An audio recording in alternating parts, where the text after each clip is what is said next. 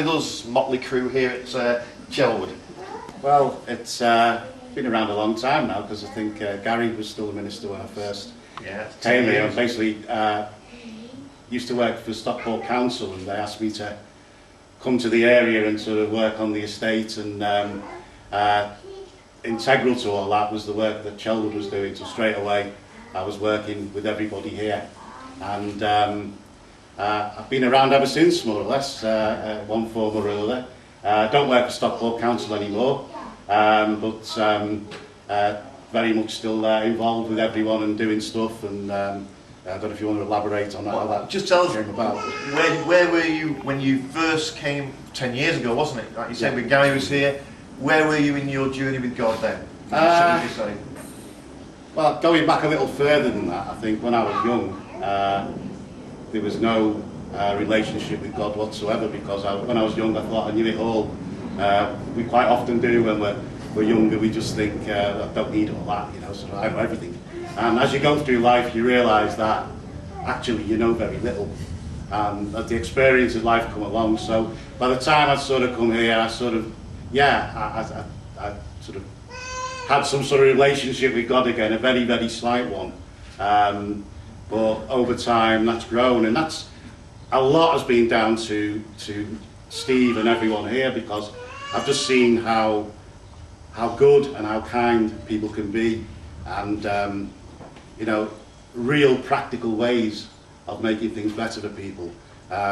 Don't make a big fuss about it, you just go out and do it, and it's just a natural thing for everyone. So I think by doing that, it's drawn me closer in all the time, and to the point that I've reached today. Brilliant. Tell us a little bit about, I suppose the big thing that happened after that was the cafe, and your involvement in that was crucial. Just tell us a bit about that. Oh yeah, well, sort of, you outlined the vision of what you wanted to do, and sort of, I sort of go out and look for funding and try and bring some money in, and we were lucky. We put in a funding application, and we got quite a large amount of money to actually achieve the vision of starting up the cafe. And I think that was quite a milestone, because it was for me personally, because I brought in some funding for various things, but nothing of that size and magnitude. So and to do it here, I thought was very apt, and it really set things up, really, didn't it? It moved things on. So I think it was about that time you probably grasped the vision of what we were trying to do in the community. Definitely, yeah. So that was great. And then just bring us a bit more up to date then. After the cafe, you were made redundant, weren't you? Was it 2 years ago? Yeah, it was about 2 years ago, wasn't it? Oh, it was only last year. Was it? Yeah. Wow, in time flies. A year. What happened then, Mark? Just tell us, you know, the situation when you got. We lost touch with you, really, didn't we? Yeah, for a few months. We kind of knew it was coming for months before it did, really. I can sort of read between the lines. When people stop suddenly telling the department you work for what they're up to and what they're doing and so on, you got a feeling like this isn't a good sign. So, myself and my wife Sue, we decided to open a shop and go in a completely different direction. And for anyone who's ever run a shop, you'll know it's extremely hard work. Run a cafe. We did it for 12 months, and although I was making a little bit of money with the amount of hours we were putting in, it wasn't making a fantastic living. So we decided to move on from that, really wasn't really sure what I was going to do, where things were going at that stage. And I spoke to God and asked him for some guidance, and just show me what you want me to do and so on. And about 48 hours later, there was the doorbell rang. I thought, who's that? I looked out the window and there was Steve. So I thought, well, I think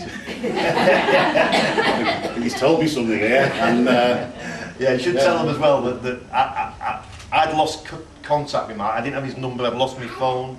So I didn't have his number. I'd been to the shop, it was closed down. I thought, how can I get a hold of him? I went to Buxton, where he lives, and I'd been to his house once, I think, and I thought I'll go and try and find him. And I remember walking down this road, and it's just full of terrace kind of Edwardian houses, isn't it? All the same, all the same. I'm stood there thinking, I have no idea which house it is, so it's pointless. So I came away and didn't find him that week. But something was kind of nagging me and prompting me. So the following week, back we went to Buxton Sunday afternoon. I said, I'm going to try again to find him. And I went down the road again, and for some reason this house just seemed to be pointed out to me. I thought, I think that's the house.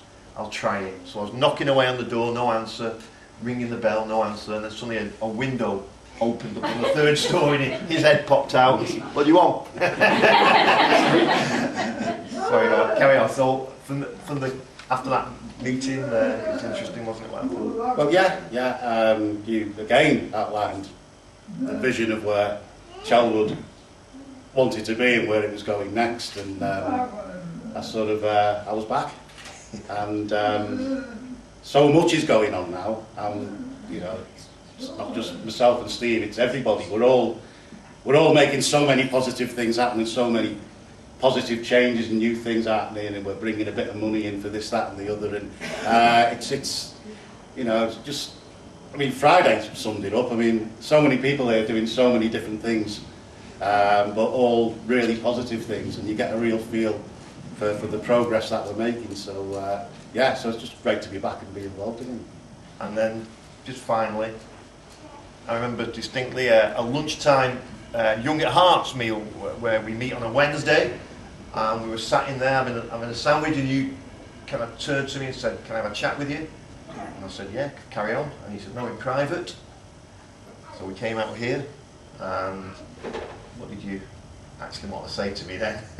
I think we just talked about sort of The next. where I was really, and sort of where it was going, and but yeah, which is probably the reason why I'm standing here. So probably just for once I'm lost for words. So I don't know what to say, but yeah, I remember distinctly. One of the things he said was, "How do I become a proper member of this church?" He said, I want to belong to this church here. So I said, "Well, really? You've got to be baptised. That's the normal method." He said, "Yeah, I know. I've read all about it, and that's what I want to do." So it was brilliant. So I said, "Yeah, we can organise that." So that's why we're here. yeah, that's why we're here. Yeah. So it's wonderful. So thanks for that, Mark. If you just step forward a little bit, I'm going to ask. Paul's going to play a little bit of music.